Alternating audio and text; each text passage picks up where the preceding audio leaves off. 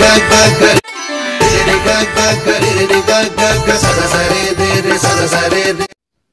जगन्नाथ आपण स्वागत शुभेच्छा और शुभकामना। आम स्वास्थ्य आम दायित्व। आज योग अभ्यास है अग्निसार क्रिया योग अभ्यास। हाँ दर्शक बंधु, ये शरीर पंच महाभूति ने गठित अग्नि, वायु, जल, आकाश एवं पृथ्वी। ये होची अग्नि पिंड। ये अग्निपिंड को सुरक्षित केमिति रखिबा, ताकू केमिति आमे सुस्थ रखिबा, ताकू ही नहीं आमे एक योग अभ्यास करिबा। प्रत्येक दिन सकाळु ए योग अभ्यास करिबा पूर्व आपण खाली पेटरे ही करिवे।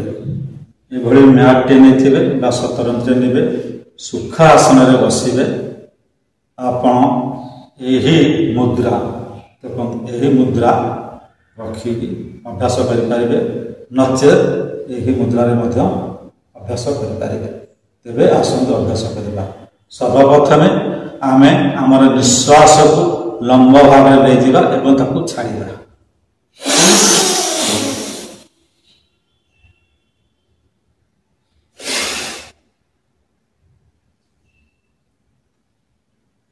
नहीं सारा पर छाड़ी पेट को धीरे धीरे भीतर को आमे टाणिबा।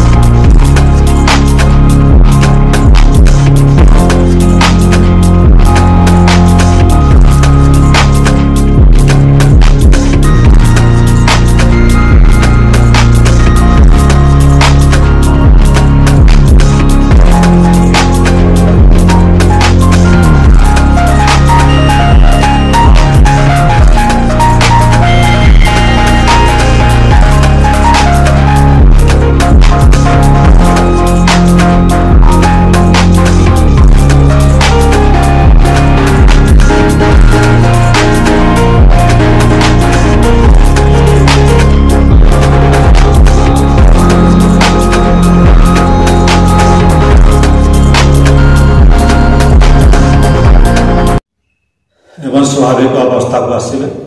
यह 10 रु 15 थर आपण मैंने करें एवं 5 रु 10 मिनट अभ्यास करेंगे। स्वाभाविक अवस्था आसला।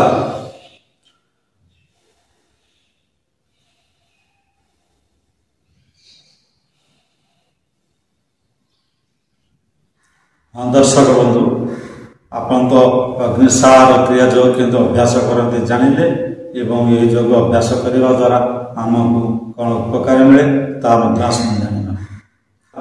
आमर पेटर समस्त गैस जनित समस्या थिले दूर करता है। गैस और हजम शक्ति वृद्धि करते फल जहाँ खाइले आमको हजम हुए एवं क्षुधा लगे। शरीर समस्त अग्नि को सुरक्षित रखे। किडनी, लिभर, पांक्रिया यह सुरक्षित रखी था, कार्यक्षम शक्तिशाली होता है एवं पेटरे थिबा विभिन्न प्रकार शिरा प्रशिरा नाड़ी को शक्तिशाली करिथा। पेटरे थिबा विभिन्न जीवाणु को भस्म कर देता है। और सबुठु बेसी उपकार मिलता है पेटरे थिबा चर्बी गुड़िक कमी थाए, अर्थात संतुलित रखी थाए। यही आपण जदि चाहूँगी स्वास्थ्य जनित किसी टिप्पणी जानापी तेरे मोर योग चैनल को फॉलो करंतु एवं डाहाण कर सब्सक्राइब चिन्ह को टच कर सब्सक्राइब करके ऑल सब्सक्राइब कर दिंतु एवं बाम कर लाइक को लाइक करंतु एवं शेयर रे आपण सांगसाथी मानु शेयर करंतु। कमेंट तले लिखा जो कमेंट से आपणकर मतामत निश्चित दिंतु। तो पुणी ये स्वास्थ्य जनित टिप्पणी स्वास्थ्य जनित कथा जाना हेले आगामी अध्याय पुणी देखा। नमस्ते। जय जगन्नाथ। जय जगन्नाथ।